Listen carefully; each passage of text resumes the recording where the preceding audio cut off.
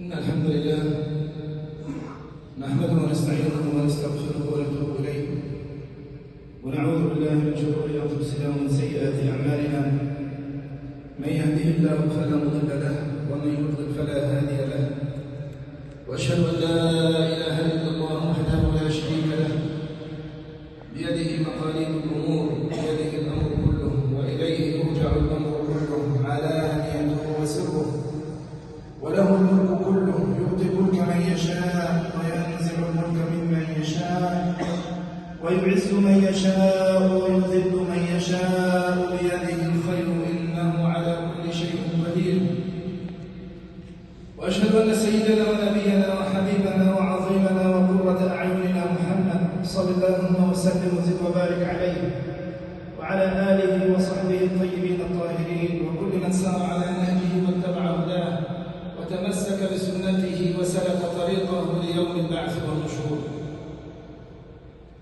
يا أيها الذين آمنوا اتقوا الله حق تقاته ولا تموتن إلا وأنتم مسلمون. أيها المسلمون، إن الله جل جلاله خلق هذا الكون الفسيح العظيم فأبدعه وأحكمه،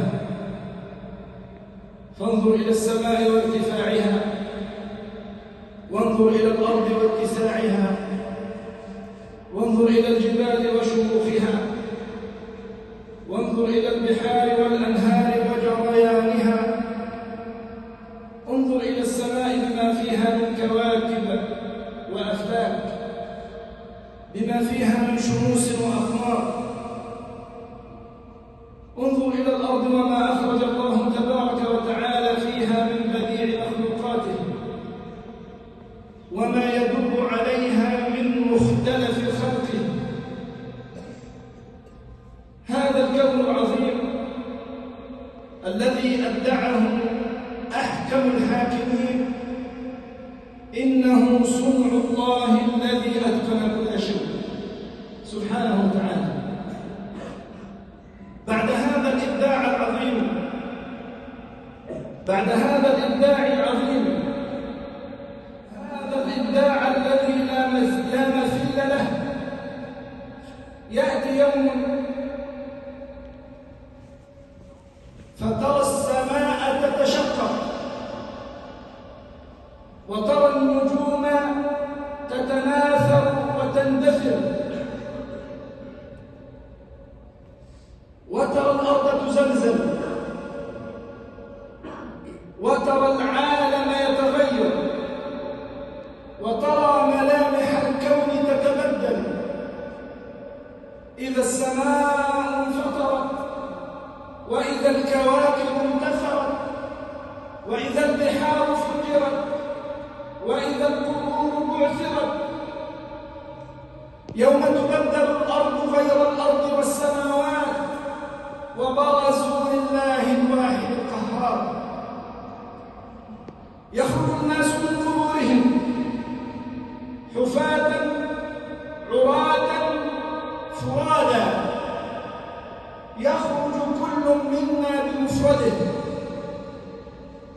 كما نزل إلى الدنيا بمفرده عاريا، يموت ويدخل القبر بمفرده وحده عاريا،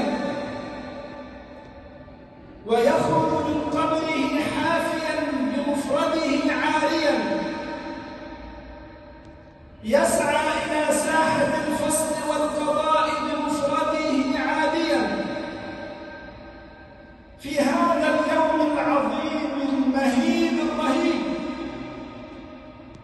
قال رب العالمين: يا أيها الناس اتقوا ربكم إن زلزلة الساعة شيء عظيم، يوم ترونها تذهل كل مرضعة عما أرضعت، وتضع كل ذات حمل حملها، وترى الناس سكارى وما هم بسكارى ولكن عذاب الله شديد.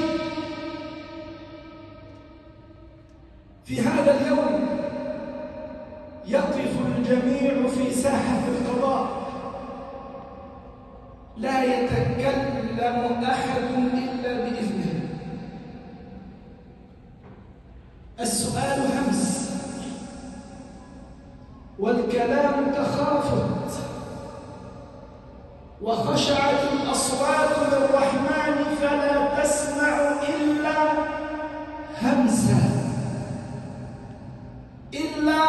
همسا الصنف البشري كله بارز للرحمن لا يخفى على الله منهم أحدا، بارزون لله جل جلاله. كل منا يقف بمفرده، ولقد جئتمونا فرادا كما خلقناكم أول مرة، خولناكم وراء ظهوركم وما نرى معكم شفعاءكم الذين زعمتم أنهم فيكم شركاء، لقد تقطع بينكم. كل منا يأتي بمفرده يتخلى عنه جميع الشفعاء والشركاء، لا حسب ولا نسب ولا قبيلة ولا عشيرة ولا مال ولا زوجة ولا ولد، لا منصب لا جاه لا نياشين. فاخلع من الآن نياشينك وتجرد من الآن واستعد لهذه اللحظة. اسمع إلى قول الله جل وعلا في سورة مريم: وكلهم آتيه يوم القيامة فردا. تدبر هذه الآية: وكلهم آتيه يوم القيامة فردا. كلهم، كل الصنف البشري، الحاكم والمحكوم، الرئيس والمرؤوس، الغني والفقير، الكل، كلهم آتيه يوم القيامة فردا فردا، متجرد بنفسه، يقف وحده ليسأل وحده. كلهم، كل الخلق من لدن آدم إلى قيام الساعة، كلهم آتيه، يأتون الله جل جلاله بين يديه. يوم القيامة هو الموعد، هذا هو الميقات، فردا إلا ما قدم من عمل. يقف العبد بين يدي ربه، يكلمه ربه بلا حجاب ولا ترجمان. تخيل هذا الموقف أخي الحبيب، تدبر هذا المشهد، أنك بين يدي الله، ليس بينك وبين الله حجاب، ليس بينك وبين الله ترجمان يترجم لك.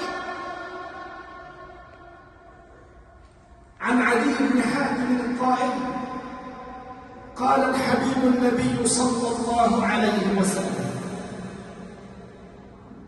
ما منكم من أحد إلا وسيكلمه ربه. ما منكم من أحد، من رجل أو أنثى، من رجل أو امرأة، كبير أو صغير، شاب أو شيخ، عظيم أو دونه، إلا وسيكلمه ليس بينه وبينه ترجمان ولا حجاب، فينظر العبد أيمن منه فلا يرى إلا ما قدم من عمله،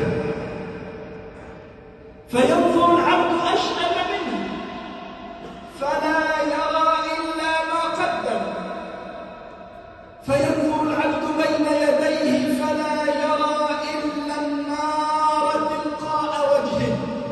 اللهم سلم فاتقوا النار ولو بشق تمرة. هل تذكرت هذا المشهد؟ هل تدبرت هذا المشهد؟ هل توقفت مع هذه الآية في يوم من الأيام بتدبر؟ وكلهم آتيه يوم القيامة فردا، فكل مسؤول عن نفسه مسؤولية فردية. لا الوالد ينفع ولده ولا الولد ينفع والده، بل يتبرأ الكل من الكل.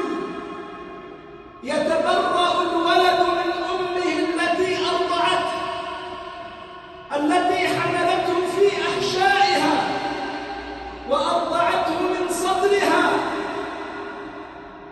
وسهرت لينام وجاءت ليشبع وعملت ليستريح. تقول له حسنة يقول إني أشكو مما منه تشكين. يوم يفر المرء من أخيه وأمه وأبيه وصاحبته وبنيه لكل امرئ منهم يومئذ شأن يغنيه. فاعمل لنفسك الآن واصنع لنفسك عند الله رصيدا من الآن، فإن العمر يمضي والآجال تنقضي ولا محالة إلى الله راجعون، وبين يديه موقوفون، وعن كل صغيرة وكبيرة مسؤولون. فالعاقل من يعد للسؤال جوابا، العاقل النبي من يعد للسؤال من الآن جوابا، وليعلم بأنه ليس هناك أفضل على الله من حبيبه محمد صلى الله عليه وسلم. ومع ذلك خاطبه ربه: وما جعلنا لبشر من قبلك الخلد أفإن مت فهم الخالدون. فينبغي أن نراجع أنفسنا، ينبغي أن نصطلح مع ربنا، ينبغي أن نحسن العلاقة بخالقنا، ينبغي أن نتدبر نعمه علينا فنشكره، ينبغي أن نغتنم الأوقات فنقوم بحقه قبل فوات الأوان. يا أيها الذين آمنوا اتقوا الله ولتنظر نفس ما قدمت لغد واتقوا الله إن الله خبير بما تعملون. أقول قولي هذا وأستغفر الله لي ولكم، أو كما قال استغفر الله.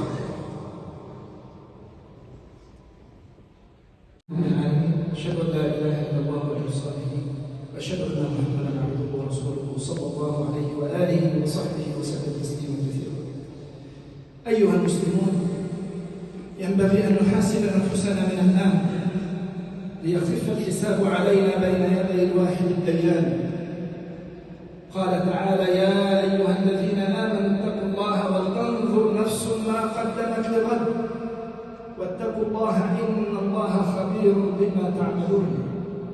وقال أمير المؤمنين عمر رضي الله عنه وعن جميع صحب النبي: أيها الناس، حاسبوا أنفسكم قبل أن تحاسبوا، وزنوها قبل أن توزنوا، وتزينوا للعرض الأكبر يوم لا تخفى منكم خافية، فإنما يخف الحساب يوم القيامة على من حاسب نفسه في الدنيا. فمن الآن الشيخ والشاب، الكبير والصغير، ينبغي أن نحاسب أنفسنا. أين نحن من أوامر الله؟ أين نحن من سنة رسول الله صلى الله عليه وسلم؟ أين نحن من نعمة الإسلام ونعمة التوحيد التي امتن الله علينا بها؟ أسأل الله تبارك وتعالى أن يحيينا على التوحيد. اللهم أحينا على التوحيد، اللهم أحينا على التوحيد، وتوفنا على التوحيد، واحشرنا في زمرة الموحدين يا رب العالمين. اللهم اغفر ذنوبنا واستر عيوبنا واشرح صدورنا. اللهم اجعل هذه البلدة آمنة مطمئنة بأهلها وسائر